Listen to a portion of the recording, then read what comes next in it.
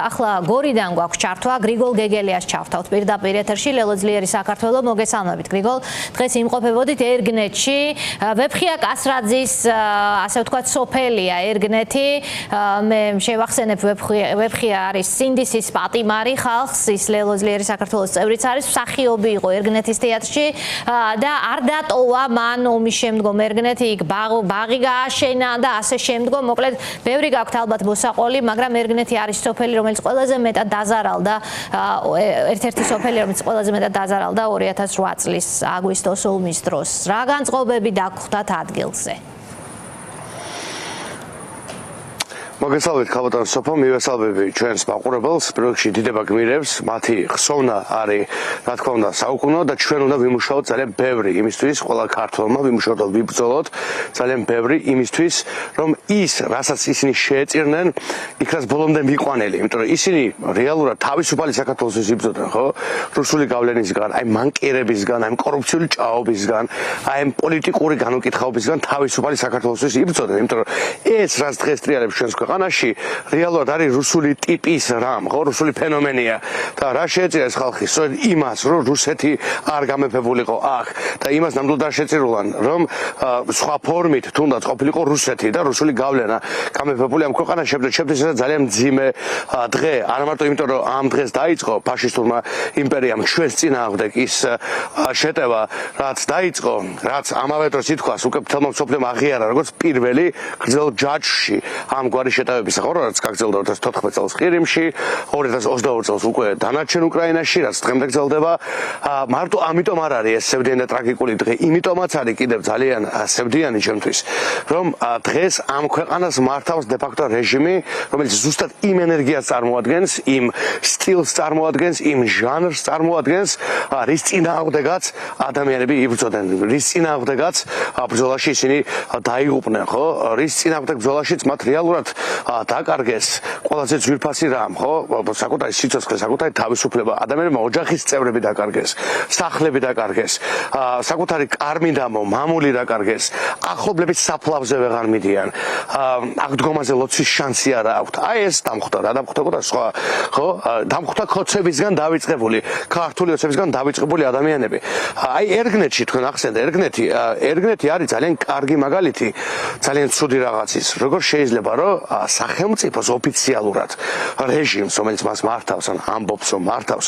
საერთოდ არ აინტერესებდეს ადამიანების ბედი აბსოლუტურად ერგნეთი არის დაცლილი დღეს რეალურად აი ვეფხია კასრაძე ჩემი მეგობარი ჩვენი გუნდის წევრი რომელიც სულ აბსურდული რა თქმა უნდა ეგრეთ წოდებული საქმის შედეგად არის დღეს სატოსაღოში მას ციხეც არ ქვია ხო სატოსაღოში ერთ-ერთი იყო ვინც ამაგრებდა ამ სოფელს დიახ რა თქმა უნდა კი რა თქმა უნდა იმიტომ რომ მან თქვა რომ მე აქედან არ წავალ ეს არის ქართული მიწა და მე და ჩემი შვილები და ჩემი შთამომავლობა უნდა ვიყოთ აქ მე სხვა ასეთ ადამიანებს შევხვდი დღეს რომელიც კლავიქ არიან და მათგან 50 მეტრში უკვე იწყება ის დიდი უბედურება აი ჯოჯოხეთის კარიბჭეა 50-60 მეტრში მათი სახლიდან და აი ამ ადამიანებს ნაცვლად იმისა რომ სახელმწიფო გვერდში ედგეს 100 ჯერ უფრო მეტად ვიდრე ყველა სხვას ჯერ სხვას სადუდგანან გვერდში ხო და ამათაც საერთოდ არ უდგანან გვერდში ხო აი 200 ჯერ 300 ჯერ უფრო მეტად უნდა ედგნენ გვერდში ამ ადამიანებს დღეს ერგნეთი არის დაცლილი დღეს ერგნეთი რეალურად არის აი ახლა მაგალითად მე მაგალითს მოვიყვან ძალიან კონკრეტულს ხო ბავშვები უკვე რაღაც კლასები ვეღარ იხსნება საერთოდ ხო მაგალითად ამას მესამე კლასი ვერ გაიხსნა მესამე კლასელი არ იყო ხო რეალურად ჩვენ აი ბოლო 2 აღწერას შორის მივიღეთ სიტუაცია რომელშიც 200-ზე მეტი სოფელი არის გამქრალი 14 წელში ქართული სოფლები 200 აღარ არსებობს. იცით შემდეგი კანდიდატები რამდენია გაქრობის 286. რეალურად 113 სოფელში ცხოვრობს 10 ადამიანზე ნაკლები. აი ამ თემას ეხება და ეს აჩვენებს ჩვენს ობიექტურ რეალობას. 10 ადამიანზე ნაკლები ცხოვრობს 113 სოფელში დღეს. შემდეგი აღწერის დროს იარსებებს სოფლები ძალიან ბევრი მათგანი აღარ იარსებებს. ეხლა როცა ერგნეთსაც იგივე პრობლემა აქვს. სარწყავი სისტემის პრობლემა აქვს. ეკონომიკურად არაფერი არ ხდება. არანაირი დამატებითი ხელშეწყობა არ არის. ხო, ადამიანები პირიქით უნდა გააძლიერო, мотивация უნდა მისცე. რომ ასეთ ზონებში ცხოვრობდნენ, რომ საქართველოს კერა შეინარჩუნონ. იქ სადაც რუსი გიყურებს ჭოგრიტით. სულ რაღაც 100-150 მეტრის. ეს ხალხი მეხსიერება, მაქაურობის, ბატონოგრიგო. არ შედის ეს ხელისუფალის ინტერესში, ხელისუფლებაში გამაგრებული ძალის ინტერესში, იმიტომ რომ ეს ხალხი ადგილზე მეხსიერება.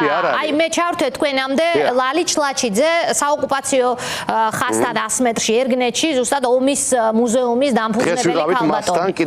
და ის ამბობს რომ მე არ შევცვლი ჩემ ჩვენებას, ომი შვიდში დაიწყო და მე ეს ჰააგის გამომძიებლებსაც უთხარი და ამ ჩვენებასო უკან არ წავიღებო და ამ ხალხის გაძლიერება როგორ შედის რეჟიმის ინტერესში, რომელიც დღეს ამტკიცებდა კვლავ რომ ომი საქართველოს დაიწყო და რომ ომი რვაში დაიწყო, პუტინის ვერსიას ასე ვთქვათ გვაჩეჩებდა კვლავ ხელში. მე ერთადერთი კითხვა მაქვს, ეს ხალხი როგორ აპირებს ამ ქვეყანაში ცხოვრების გაგრძელებას, ხო? აი, ნახე 50 წლის არიან, ხო? არც კი 45-50 და ბევრი კიდევ უფრო ქვევით, ხო? როგორ აპირებენ ამ ქვეყანაში ცხოვრებას? სად აპირებენ წასვლას? აი, როცა გადაშენდება მათი რეჟიმი პოლიტიკურად, სად აპირებენ ქუჩაში როგორ უნდა გამოვიდნენ? კობახიძე, პაპუაშვილი და სხვები ქართულ ხალხს რაღაც აბსტრაქტულად კი არა, საკუთარ მეზობლებს, რა ვიცი, უბნელებს, სადღაცას ხო ცხოვრობენ, ხო? აქ ხო არსებობენ. როგორ უნდა ჩახედოთ თვალებში, აი ამის მერას დაატრიალეს ამ ქვეყანაში. მე არ ვახსენებ მართლმსაჯულებას და პოლიტიკურ, როგორ ვთქვათ, ვერდიქტს, ასაც მათ გამოუტანს ქართველი ხალხი და ამას სამართლებრივი ვერდიქტის მოყვება ბუნებრივია. იმ ძალიან კონკრეტული განჭედადი ამბებისთვისაც ჩაიდინეს არანაირი პოლიტიკური რევანში, მაგრამ ძალიან მშვიდად სამართლიანად ამ ქვეყანაში ყველაფერი სახელი დაერქვა. მე ამაში ვარ ღრმად დარწმუნებული, მაგრამ ესეც გვერდით გადავდოთ.